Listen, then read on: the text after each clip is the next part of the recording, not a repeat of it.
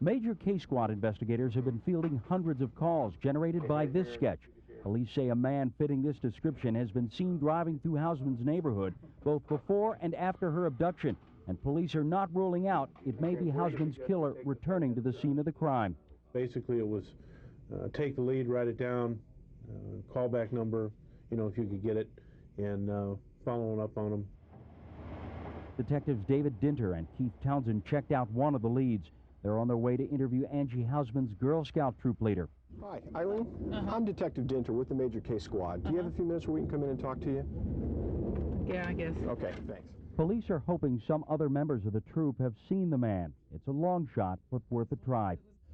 Much of the investigation is still centering on Angie Housman's neighborhood here in St. Anne. Investigators are hoping that the composite sketch will jog someone's memory into remembering something that will crack this case.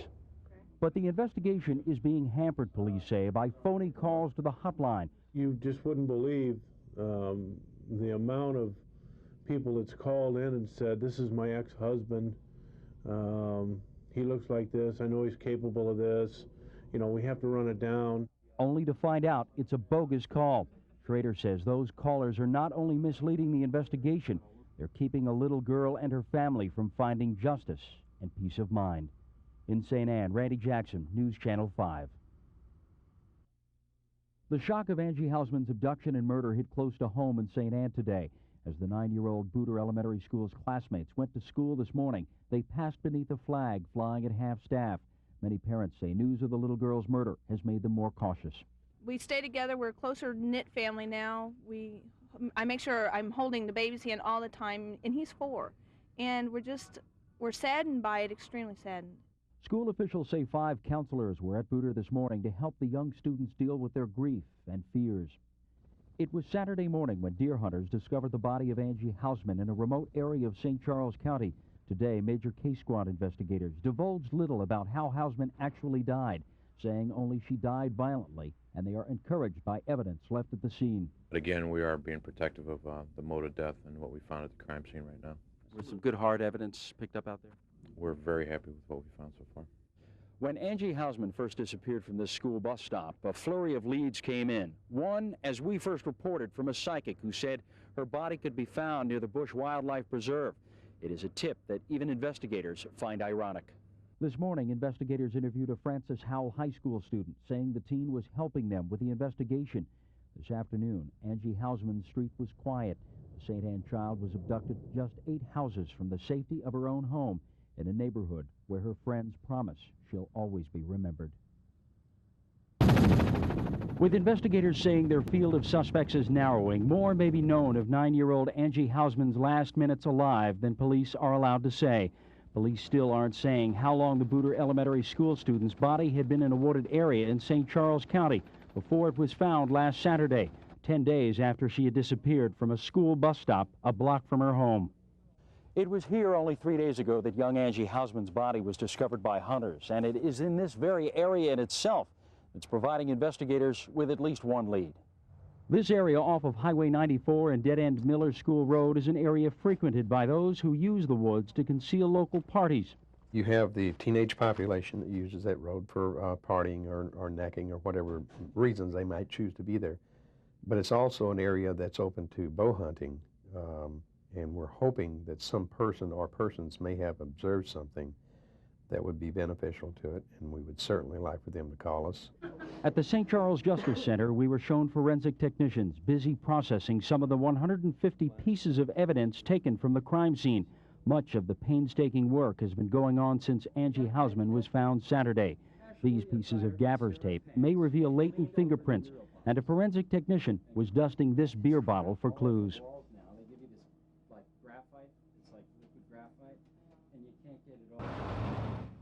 One by one, family and friends made their way into the Bowman Colonial Chapel in Overland.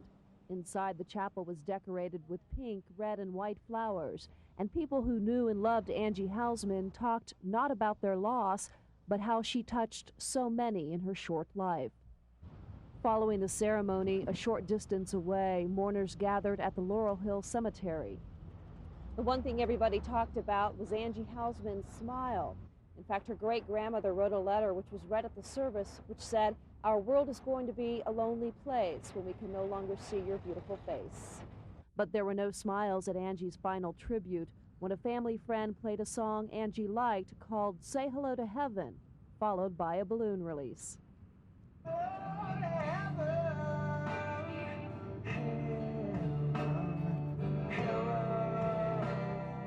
Even though this was a day to remember Angie, it was also a day to remember there will be no prom, no wedding day, or even a chance for Angie to become a mother herself. But still, one friend said she was filled with hope. That there is a God up above and justice will be done. And that no matter who did this, they realize that nothing can separate them, not even this. At the end of the service, the clouds suddenly parted and the sun came out. One family member said it was a sign Angie was at peace. In Overland, Sarah Harlow, News Channel 5. It is here the body of 9-year-old Angie Housman was discovered last Saturday. Today, the major case squad released this aerial photograph, hoping to jog someone's memory. The crime scene is just south of Highway 4061 and west of 94, just off of Miller School Road. But major case squad investigators are still playing it close to the vest. We're not releasing any details of the actual method and mode of that, but we believe she did expire at the location she was found. Clues to her violent death are being processed at the St. Charles County Sheriff's Department. Strips of gaffer's tape and discarded beer bottles taken from the scene may yield the fingerprints of a killer. But News Channel 5 has learned of another lead being investigated. St. Louis police have confirmed the arrest of a suspect involved in an alleged enticing incident that occurred here just yesterday at the Long School near Morgan Ford Road.